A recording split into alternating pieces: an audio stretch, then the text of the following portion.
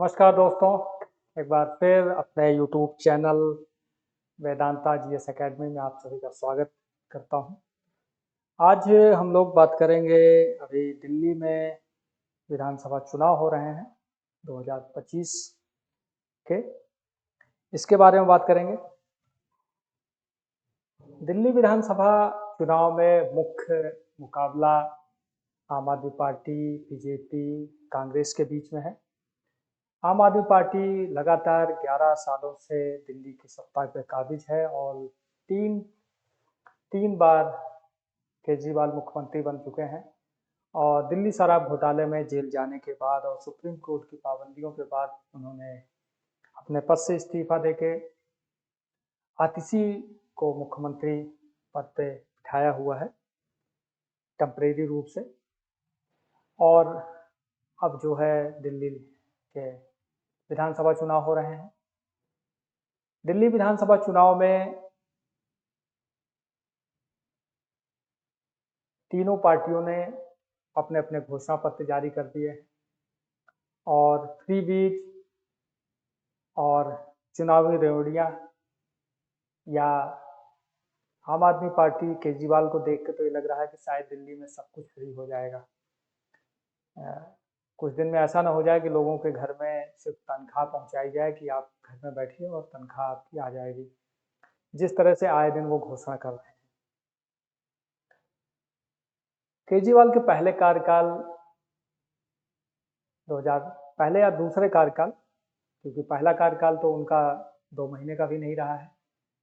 दूसरी कार्यकाल 2015 से 2020 के बीच का जो कार्यकाल रहा है, उसमें जो आम आदमी पार्टी ने कार्य किया और जिस तरह उन्होंने अपनी योजनाओं को धरातल पे लाया, खासकर बिजली, पानी के मोहल्ला क्लिनिक, स्कूलों की दशा सुधारी, तो लोगों को उस वजह से 2020 में भी वो सत्ता में वापसी करने में कामयाब रहे। दूसरा, भाजपा और कांग्रेस पार्टी में शीला दीक्षित के बाद, या भारतीय जनता पार्टी में मदन लाल खुराना और साहेब सिंह वर्मा के बाद कोई ऐसा नेता नहीं है जो दिल्ली में जिसकी हर क्षेत्र में पहुंच हो, लोग उसकी आवाज पे इकट्ठा हो सके। भारतीय जनता पार्टी के पास नेतृत्व का अभाव है। बहुत सारे नेता हैं प्रेजेंट टाइम में। मनोज तिवारी हैं, प्रवेश वर्मा हैं, रामवीर सिंह बिधूड़ी हैं, योगेंद्र चौधौलिया हैं, बासु स्वराज हैं, और भी छोटे छोटे पॉकेट में नेता हैं। लेकिन कोई ऐसा नेता नहीं है जो केजरीवाल के ऑरा, केजरीवाल के की बराबरी कर सके। और उससे बुरा हाल कांग्रेस पार्टी का है। शीला दीक्षित 15 साल दिल्ली के मुख्यमंत्री रही और दिल्ली में जो काम दिखता है, इंडिया गवर्नमेंट के आने के बाद जो दिल्ली के बाहरी इलाकों में जिस तरह रोडें बनी है, पेरिफेरल एक्सप्रेस वे हो गया, या मेरठ को जोड़ने वाला रोड हो गया, मेरठ दिल्ली रोड हो गया, या जो मेट्रो का विस्तार हो रहा है दिल्ली के बाहरी इलाकों में। लेकिन 2013 तक जब शीला दीक्षित मुख्यमंत्री थी, उन 15 सालों में उन्होंने लगातार रोड पे कंस्ट्रक्शन, उसके अलावा स्कूल, अस्पताल, फ्लाईओवर, मेट्रो, हर क्षेत्र में मेट्रो पहुंचाना। लेकिन उनके जाने के बाद कोई भी ऐसा नेता कांग्रेस में नहीं है जो केजरीवाल के समकक्ष खड़ा हो सके या केजरीवाल की बराबरी कर सके। और लगातार कांग्रेस पार्टी का वोट शेयर भी घटता जा रहा है। पिछले विधानसभा चुनाव में कांग्रेस पार्टी का वोट शेयर 4% के करीब पहुंच गया था। अभी पिछले 2024 के लोकसभा चुनाव में कांग्रेस और आम आदमी पार्टी साथ में लड़ी थी, तो लगभग 15% के करीब वोट पाने में कामयाब रहे। संगठन भी नहीं है कांग्रेस के पास। दूसरी तरफ आम आदमी पार्टी पहले हम आम आदमी पार्टी के इतिहास के बारे में जानते हैं। केजरीवाल किस तरह राजनीति में आए। 2011 से 2013 के बीच में, उस समय यूपीए गवर्नमेंट थी। 2000 मनमोहन सिंह प्रधानमंत्री थे, दिल्ली में शीला दीक्षित की सरकार थी और भ्रष्टाचार लोकपाल को लेकर दिल्ली में बहुत बड़ा आंदोलन हुआ अन्ना हजारे के नेतृत्व में, जिसमें उनके सहयोगी अरविंद केजरीवाल थे। और अरविंद केजरीवाल ही क्यों, उस समय बहुत सारे ऐसे नेता हैं जो जनरल वीके सिंह हो गए, बाबा रामदेव, कपिल मिश्रा, कुमार विश्वास, प्रशांत भूषण, शशि भूषण, प्रोफेसर आनंद, योगेंद्र यादव, शाजिया इंद्री, अलका लांबा। उस समय अलका लांबा महिला आयोग की अध्यक्ष थी। उसके बाद उन्होंने आम आदमी पार्टी भी ज्वाइन किया, विधायक भी बनी। ऐसे बहुत सारे लोग उस आंदोलन में जुड़े। लोगों को ये लगा कि ये आंदोलन भारत के में भ्रष्टाचार को समाप्त करेगा, भाई भतीजावाद जो राजनीति में परिवारवाद है उसको नष्ट करेगा। और उसके बाद पहले अरविंद केजरीवाल राजनीति में ना आने की कस्में खा रहे थे। बाद में उन्होंने अन्ना हजारे आंदोलन को टेक ओवर किया। उसके बाद वो राजनीति में आए, राजनीतिक पार्टी बनाई, पहला चुनाव लड़ा, 29 सीटें जीते और कांग्रेस के सपोर्ट से उन्होंने सरकार बनाई। केजरीवाल जब नए नए राजनीति में कदम रखा तो उन्होंने कोई ऐसा भारतीय नेता नहीं रहा है उस समय का जिस पे उन्होंने भ्रष्टाचार का आरोप न लगाया हो। शीला दीक्षित को आए दिन वो जेल भेजते थे। उस समय हम भी दिल्ली में थे, वो भी उस समय की राजनीति को समझ रहा होगा, देख रहा था। बहुत सारे लोग हैं जो नए वोटर बने हैं, उनको पता भी नहीं होगा कि किस तरह वो मूवमेंट चला लोकपाल और भ्रष्टाचार के खिलाफ। व्यवस्था परिवर्तन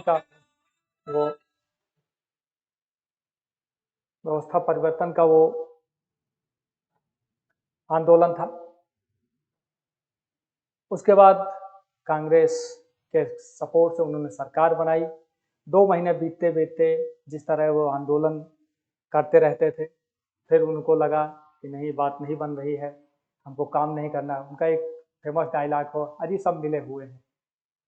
तो उन्होंने गठबंधन तोड़ा, दोबारा फिर चुनाव लड़े और उस दोबारा चुनाव लड़ने में उन्होंने बिजली पानी जैसे मुद्दे को उन्होंने छुआ, जो आम लोगों की प्रमुख समस्याओं में है, खासकर बिजली के बिल को लेकर, पानी को लेकर, साफ पानी को लेकर।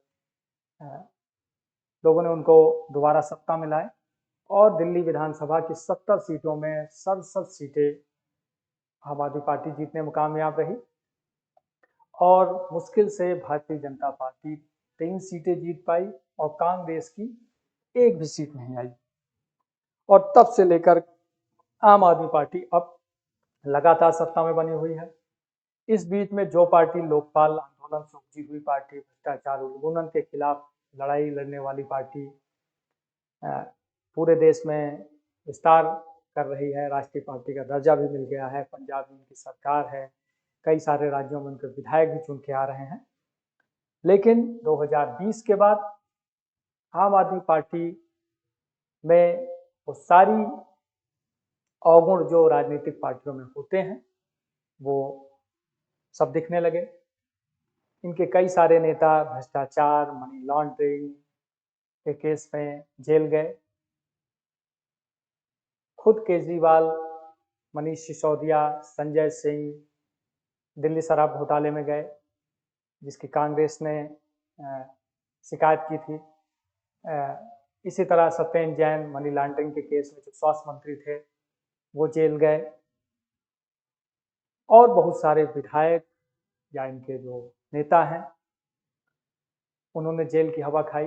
दर्जनों ऐसे नेता विधायक हैं जो आम आदमी पार्टी से जुड़े हुए हैं और वो जेल की सलाखों के पीछे गए। इसी बीच इन 11 सालों में आम आदमी पार्टी से जुड़े हुए बहुत सारे ऐसे लोग जो इनका साथ छोड़ के चले गए इनकी राजनीति के कारण। जैसे पंजाब चुनाव में इनके ऊपर खालिस्तानियों का सपोर्ट लेने का आरोप लगता रहा। इसी तरह जैसे सर्जिकल स्ट्राइक होती है, सेना से सबूत मांगने लगते हैं, चुनाव आता है तो ये भक्त बन जाते हैं, हनुमान भक्त बन जाते हैं। मतलब एक मुद्दों के ऊपर ये अपना रंग रूप बदलते रहते हैं। अगर आज के समय में कोई ऐसा नेता ढूंढा जाए जो वर्तमान में किस तरह राजनीति को अपने हिसाब से ढालना है, तो उसमें मोदी जी और केजरीवाल लगभग बराबर।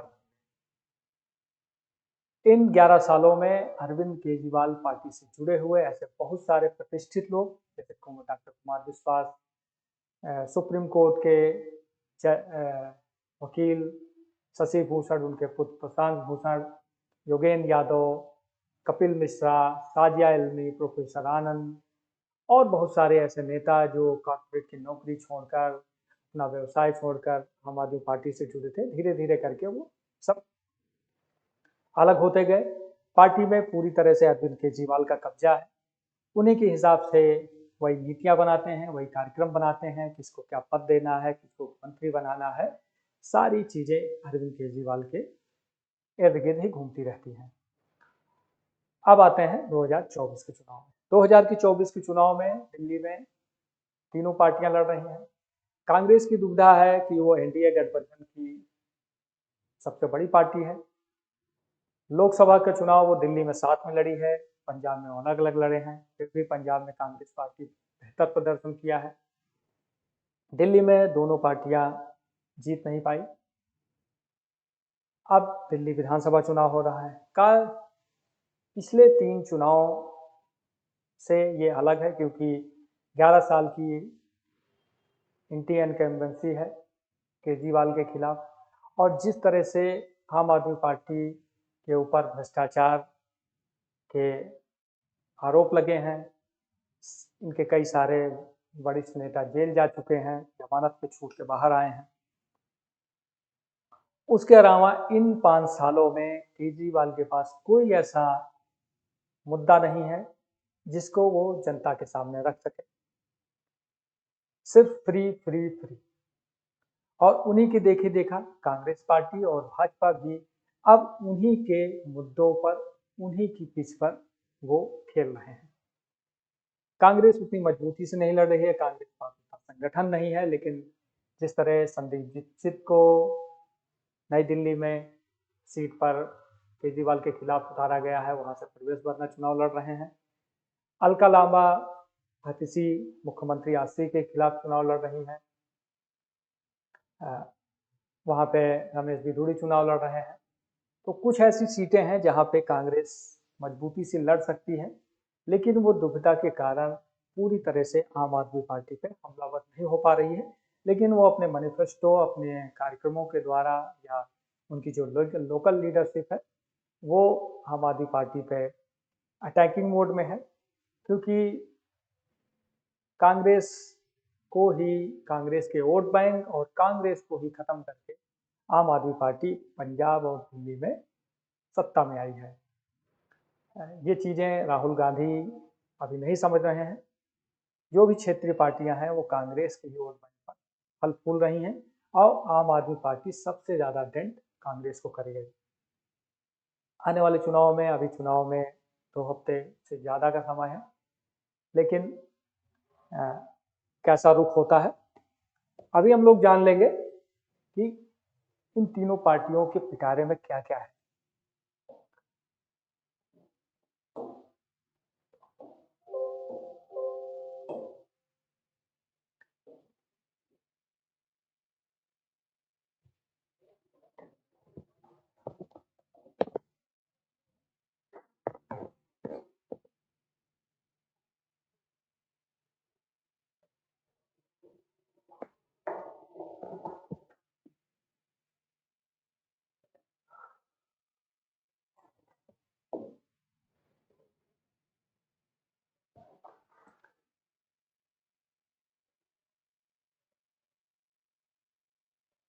फिर दिल्ली विधानसभा चुनाव में सभी पार्टियों ने महिलाओं को सम्मान राशि देने की घोषणा की है।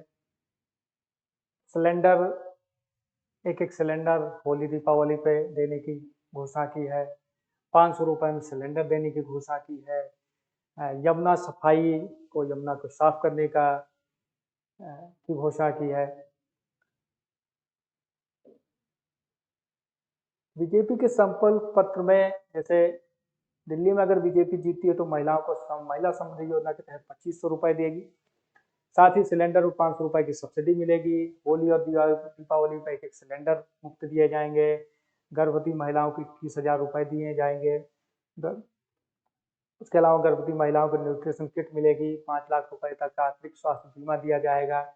बीजेपी ने वादा किया है कि आयुष्मान भारत योजना जो दिल्ली में नहीं लागू है उसको लागू किया जाएगा। अटल कैंटीन योजना को लॉन्च की जाएगी, जो झुग्गी बस्तियों में 5 रुपए में राशन दिया जाएगा और बुजुर्गों को 3,000 रुपए तक की पेंशन दी जाएगी। तो इसके अलावा वो यमुना रिवर फ्रंट बनाएंगे। यमुना की सफाई पे भी से ध्यान दिया जाएगा। स्वच्छ पानी की आपूर्ति सुनिश्चित की जाएगी 24 घंटे।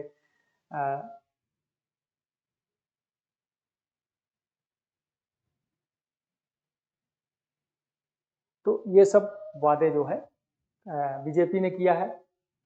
300 यूनिट तक फ्री बिजली देने का वादा किया है। 24 घंटे स्वच्छ पानी की आपूर्ति सुनिश्चित की जाएगी। महिलाओं को 2500 रुपये का समृद्ध महिला सम्मान योजना के तहत दिया जाएगा हर महीने। बुजुर्गों को 3,000 रुपये की पेंशन दी जाएगी। तो ये सारी, और उसके बाद जो महिलाओं को बसों में फ्री पास की जो योजना है वो चालू रहेगी। मतलब जो केजरीवाल की पहले की योजनाएं जो चल रही हैं उनको चालू रखा जाएगा। इसके अलावा कांग्रेस ने भी इसी तरह मिलती जुलती योजनाएं की घोषणा की है, जिसमें प्यारी दीदी योजना के तहत महिलाओं को हर महीने 2500 रुपये मिलेंगे। जीवन रक्षा योजना के तहत 25 लाख रुपए तक मुफ्त इलाज मिलेगा। युवा युवा उड़ान योजना के तहत युवाओं को 1 साल की अप्रेंटिसशिप हर महीने मिलेंगे 8,500 रुपये। फ्री बिजली योजना के तहत 300 यूनिट बिजली। महंगाई मुक्त योजना के तहत 500 रुपये में gas cylinder, free ration kit, 5 kilo चावल, 2 किलो चीनी, 1 लीटर तेल, 6 किलो दाल और 250 ग्राम चाय पत्ती, ये कांग्रेस ने दिए घोषणा की है। उसके अलावा आम आदमी पार्टी ने अपनी जो योजनाएं चल रही हैं, और एक तरह से देखा जाए तो दिल्ली में सब कुछ फ्री हो रहा है। चुनाव आते खत्म होते होते वोटिंग होते होते लग रहा है कि केजरीवाल जी बस यही योजना बाकी रह गई है कि लोग जो है बिना काम के उनकी तनख्वाह उनके कमरे घर आ जाएगी। जिस तरह वो घोषणाएं कर रहे हैं, आए दिन वो कोई ना कोई नई घोषणा कर रहे हैं। कहाँ से बजट आएगा, कैसी योजनाएं लागू होगी, या उन्होंने जो पुरानी घोषणाएं की हैं उनको लागू किया कि नहीं किया है, या पंजाब में जिस तरह उन्होंने घोषणाएं की और उसके बाद उसको पूरा नहीं कर रहे हैं। बजट फंड कहाँ से आएगा, इन सब के बारे में कोई पार्टी बात नहीं कर रही है, और खासकर जो सत्ता में है वो तो कतई नहीं। महिला सम्मान योजना के तहत महिलाओं को हर महीने 250 रुपये देंगे केजरीवाल जी। बुजुर्गों को संजीवनी योजना के तहत प्राइवेट और सरकारी अस्पतालों में फ्री इलाज मिलेगा। पुजारी ग्रंथी योजना के तहत पुजारी और ग्रंथियों के लिए हर महीने 18,000 रुपये मिलेंगे। ये एक नई योजना है। इसके पहले उन्होंने पिछले चुनाव में जो मस्जिद मौलवी हैं उनको 18,000 रुपये महीने देने की घोषणा की थी, और लगभग 17 महीने से उन्होंने उनको पैसा नहीं दिया है। उसके लिए आए दिन धरना प्रदर्शन भी चल रहा है। आम आदमी पार्टी फ्री शिक्षा देगी। 200 यूनिट फ्री बिजली जारी रखने का वादा किया। 20,000 लीटर फ्री पानी देगी। पानी की गलत बिल को लेकर 1 टाइम सेटलमेंट का वादा किया है। तो ये सब, आपकी सरकार बनने पर स्कूल कॉलेज छात्रों के बसों के मुफ्त सफर शुरू करेंगे। मेट्रो किराए में भी रियायत देंगे। और उसके अलावा दिल्ली में छात्रों के लिए फ्री बस मेट्रो टिकट को लेकर भी ऐलान अरविंद केजरीवाल ने किया है। और एक ऐलान और किया है कि जो दिल्ली में किराएदार हैं उनको भी बिजली और पानी का बिल नहीं देना होगा। तो ये सारी योजनाएं अलग अलग पार्टियों ने की है। आरोप प्रत्यारोप का दौर चल रहा है दिल्ली में। सभी पार्टियां एक दूसरे को नीतियों के माध्यम से अर्गनल बयानबाजी, कोई मुद्दे की बात नहीं करता, चाहे वो आम आदमी पार्टी हो, कांग्रेस हो, भाजपा हो। भारतीय जनता पार्टी 26 सालों से दिल्ली की सत्ता से बाहर है। पहली बार जब दिल्ली में विधानसभा चुनाव हुए थे तब भारतीय जनता पार्टी की सरकार बनी थी, इसमें मदन लाल खुराना मुख्यमंत्री बने थे, उसके बाद साहब सिंह वर्मा बने, उसके बाद सुषमा स्वराज बनी, और उसके बाद फिर 15 सालों तक कांग्रेस की गवर्नमेंट रही। उसके बाद केजरीवाल 11 साल तक मुख्यमंत्री रहे हैं। केजरीवाल के पास इस चुनाव में कोई नई चीज या कोई नई योजना या कोई ऐसा वादा नहीं है जिसको उन्होंने जिसके ऊपर वो खेल सके, जिसके ऊपर वो चुनाव केंद्रित कर सके। रोज कोई ना कोई आरोप प्रत्यारोप चल रहा है। दिल्ली में इन 10 सालों में उन्होंने क्या किया है, क्या बदलाव लाया है। वो स्मार्ट सिटी बना रहे थे, पेरिस लंदन से इसकी तुलना हो रही थी कि हम ऐसा बनाएंगे, यमुना को साफ करोगे, स्कूलों अस्पतालों की व्यवस्था, मुहल्ला किलिंग की जिस तरह दुर्दशा हो रही है, या भ्रष्टाचार को लेकर जिस तरह उनके ऊपर आरोप प्रत्यारोप लग रहे हैं और जेल की सलाखों के पीछे जा चुके हैं, तो उनके पास कुछ बताने को नहीं है, सिर्फ अनर्गल बयानबाजी के अलावा। भारतीय जनता पार्टी उन्हीं की नकल या फ्री की योजनाएं के सहारे चुनाव लड़ रही है। एक चीज है कि भारतीय जनता पार्टी ने अपने मजबूत कैंडिडेट को चुनाव में उतारा है। दूसरा, भारतीय जनता पार्टी के पास अपने खुद का 34-35% का वोट बैंक है, जो घटता, जो इतना वोट बैंक उनके पास रहता ही है, और लोकसभा में चुनाव में वो 50% के ऊपर भी चले जाते हैं। तो अगर उनको चुनाव जीतना है तो कितना वो आगे ले जाएंगे।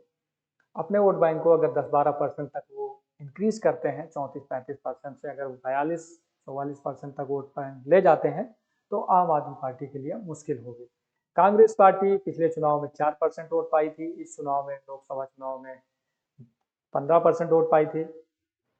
अब विधानसभा चुनाव में वो कैसे चुनाव लड़ते हैं, लेकिन जिस तरह से उनका संगठन निष्क्रिय है, लोकल लीडरशिप पे पूरा चुनाव फोकस है, केंद्रीय नेतृत्व उतना उसमें दिलचस्पी नहीं ले रहा है इंडिया गठबंधन की वजह से।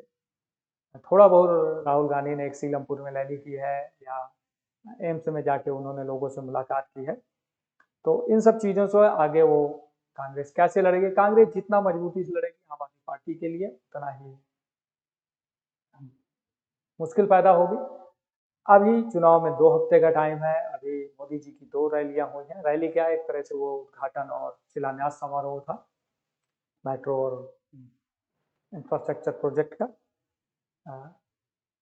इसके अलावा हाँ, झुग्गी झोपड़ी योजना में जो भारतीय जनता पार्टी ने वादा किया है, जहाँ झोपड़ी वहीं घर, उसको देखते हुए उन्होंने 2500 से ज़्यादा लोगों को मकान बना के दिए हैं जिनकी झुग्गी थी। तो भारतीय जनता पार्टी कॉन्स्टेंटली चुनाव लड़ रही है, मुद्दों पे केंद्रित कर रही है और ग्राउंड लेवल पर लोगों तक पहुंच रही है, डोर टू डोर कैंपेन कर रही है। खासकर इसके जो अनुवांशिक संगठन हैं, आरएसएस, बीएचपी या एबीपी, और भारतीय जनता पार्टी का अपना जो खुद का संगठन है, वो निचले स्तर पर काम कर रहा है। केजरीवाल की कमियों को उजागर कर रहे हैं, केजरीवाल पे अटैक कर रहे हैं। तो भारतीय जनता पार्टी आने वाले समय में चुनाव, मतलब वोटिंग तक, ऐसे अपने मुद्दों को केंद्रित रखती है। अभी मोदी जी की 2-3 रैलियां निर्धारित हैं, और योगी आदित्यनाथ उत्तर प्रदेश के मुख्यमंत्री भी लगभग 14 रैलियां दिल्ली विधानसभा में करने वाले हैं। खासकर दिल्ली में पूर्वांचल वोटर को लेकर काफ़ी गहमागामी है, क्योंकि 25 सीटें ऐसी हैं जहां पूर्वांचल वोटर निर्णायक भूमिका में है। तो योगी बाबा के आने से यहाँ क्या फर्क पड़ेगा और किस तरह वो अटैक करते हैं, खासकर हिंदू और सनातन धर्म को लेकर। और दिल्ली में जिस तरह दंगे हुए हैं, पिछले सीलमपुर का दंगा और जो चीज़ें हुई हैं, और रोहिंग्या और बांग्लादेशी का जो मुद्दा है, इन सब पे चुनाव केंद्रित होगा। और चुनाव के दिन तक कौन अपने मुद्दों पर कायम रहेगा, कौन ग्राउंड लेवल पर अच्छे से मैनेजमेंट करेगा। लोगों को, क्योंकि दिल्ली में वोटिंग परसेंट भी बहुत कम रहता है, तो जो पार्टी सबसे ज़्यादा अपने वोटर को बूथों तक लाने में कामयाब रहेगी, वही दिल्ली की सच्ची सत्ता की हकदार होगी। तो आज के लिए इतना ही।